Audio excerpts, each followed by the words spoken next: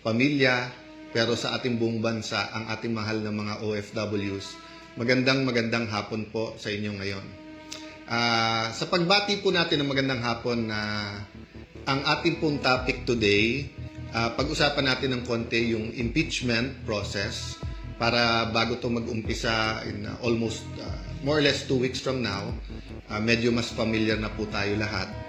Pangalawa po, yung mga issues surrounding the Blue Ribbon Committee and yung ibang statements po na ginawa ng ilan natin mga opisyal, maging si Senator Lacson, maging si Senate President Win Gatchalian, or si Blue Ribbon Chairperson Erwin Tulfo.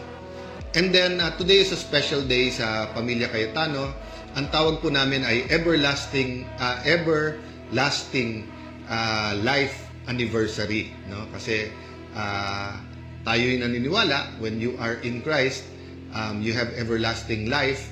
So nung binawian ng physical na katawan o ng buhay yung katawan ng aking ama dito, naniniwala kami yun ang birthday niya in heaven. So ano yan, June 24. Tagal na po, 23 years, parang sobrang tagal, pero syempre dun sa mga nagmamahal sa kanya, parang kahapon lang, no? So, let's start with a biblical principle, no? Ang purpose po natin in saying verses ay dalawa. One, I want to communicate that in everything we do, napaka-importante na kasama yung ating Creator. Yung Creator or yung manufacturer, siya nakakaalam ng purpose ng bawat isa. So, ang nag-manufacture or nag-create ng Toyota o Mitsubishi o BYD, siya may karapatan maglabas ng owner's manual o kaya ng user's guide, di ba? Ang nag-create ng iPhone, Samsung, Huawei, lahat ng napakagagandang mga cellphone, di ba? Yung user guide niyan or yung mga tips or yung mga upgrade sa kanyang operating system, yung manufacturer nakakaalam. So ako'y naniniwala din sa ating bansa, sa mundong ito, meron divine creator. So the second purpose is really not the verse per se, but the biblical principle involved, no? So yung addressing myself to Christians, we believe kasi that the word is a living word, di ba? Ibig sabihin, hindi lang to aral sa eskwelahan, hindi lang to math or science or history. Living word to, it changes you. Having said that, even for non-believers or those who believe something different, or even kasi sa Christian community, di ba, napakadaming denominations, may major differences. For example, evangelicals at saka ang Catholics. But even yung Catholics, di ba, between yung Opus Dei at saka yung Jesuits, or ganun din sa evangelical, kung Pentecostal, kung Baptist, Presbyterian, di ba? Napakarami pong mga pagkakaiba, pero may core beliefs. And these core beliefs, I'll call them principles, di ba? Biblical principles. Kaya paulit-ulit po tayo na we can debate on opinions. Opinion yun eh. So, natural, opinion mo, iba sa opinion ko. So, pag sinabi ni Lani, mas gusto niyang ang suot ko ay blazer or suit. Pag sinabi naman ni Tintoy na, sir, mas gusto ko pag suot mo t-shirt lang na plain. Pag sinabi naman ni George, iba talaga jacket. Kita mo si Robin Padilla, ang kaganda ng jacket, di ba? So, opinion yun eh, di ba? Ang facts, dapat hindi tayo nagdidebate. Kaya nga fact yun eh. Ibig sabihin, yun talaga. Di ba? So, is the world flat or is it round? Nung wala pang way to prove it as a fact, some people said it's an opinion.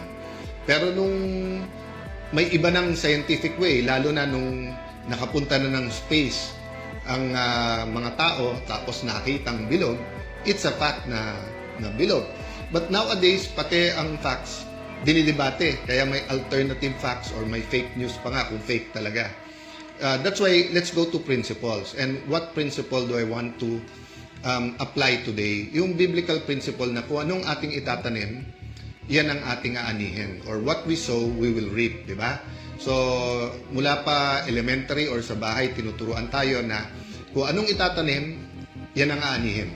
So, hindi ka pwede magtanim ng mangga tapos santol ang iyong aanihin. So, there is a tragedy, yung school shooting and then yung stabbing. And although it's happened before yung stabbing, and although napapanood natin sa television, for example, na nangyari sa US, I cannot imagine, of course, the parents. I mean, remember si ate po lost a child a few months after birth, at sabi nga niya na no matter how people say, I understand, we feel for you, habang hindi mo naramdaman ay hindi mo masasabi. So, you know, I just wanna really pray for the parents, pray for the loved ones ng mga nasawi, and of course, ask people to, you know, to be sensitive, to pray for them. So, having said that, I also cannot say I can understand how the community feels, di ba? How yung classmates, yung mga na-trauma na bata, how the PTA, how yung mga homeroom teachers, how yung barangay, the barangay captain, everything it's just a shock to us, di ba? So, we have to reflect kasi kung anong tinatanim natin sa isip ng mga bata. So, isang lumabas na kasi yung mga violent na mga applications or yung mga napapanood sa social media. In a sense, hindi bago po yan kasi nung bata kami, kaya nga na-ban din yung video games, and then may ilan mga cartoons na na-ban din. Kasi given naman sa atin lahat na garbage in is garbage out. But siguro ang gusto ko lang i-contribute sa discussion, nung araw kasi you may ask, bakit ibang-iba yung reaction kapag yung abuse ay nangyari sa bahay? So it could be any kind of abuse, diba? Sexual abuse, physical abuse, it could be death, it could be injury. But bakit pag sa bahay, sa simbahan, or sa eskwelahan, grabe ang reaction ng buong, everyone, ng buong bansa, ng media, ng buong bansa. And dapat, hindi tayo pwedeng ma-desensitize diyan, hindi pwedeng maging normal yan. Maraming dapat hindi normal na naging normal na. That's why nga I won't go there, no, but yung war on drugs, that's why nga yung mga area na drug infested ay nag-resonate doon yung labanan ang drugs, kasi nga nung araw parang siguro sa isang taon isang beses lang mababalita na may 6-year-old or 3-year-old or 9-year-old na na-rape, o kaya yung sabihin na nagpatayan sa sariling bahay. Pero nung lumaganap talaga yung shabu, parang buwan-buwan, yung minsan mas madalas pa may news ng heinous crimes o napaka-violent na crimes o napaka-karumal-dumal na krimen na hindi natin ma-explain. Ang problema nga, nanonormalize. So, and then na-explain, kaya normal kasi nga, yung shabu really causes violence. But hindi talaga pwedeng ma-normalize yung shootings, killings sa school. Hindi dapat ma-normalize ang kahit anong klaseng abuse sa churches at lalong-lalo na po sa bahay. So the reason po that we're more sensitive when it is schools, churches, or home is because this is the place where children should be safe. 'Di ba? Sa bahay, kasi nga, bahay mo yun eh. 'Di ba? Sino pang magmamahal sa iyo sa mundong ito, aside from God, kung hindi pamilya mo? Nanay mo, tatay mo, mga kapatid mo, kung sino man nasa bahay, di ba? Church din, di ba? Why do you go there? You go to church because all religions teaches there's something higher than us. There's the spiritual world. At mahal ka ng Diyos. So, maging pastor yan, maging imam, maging ministro, maging pastor, kung may abuse, whether masyadong stricto at napalo kang, na-injure ka, or whether it's sexual abuse, it's unacceptable. And then, of course, school. Because we send our children to school para nga mag-develop sila eh. Ang number one resource natin is not oil or gas or gold or livestock, di ba? It's our children.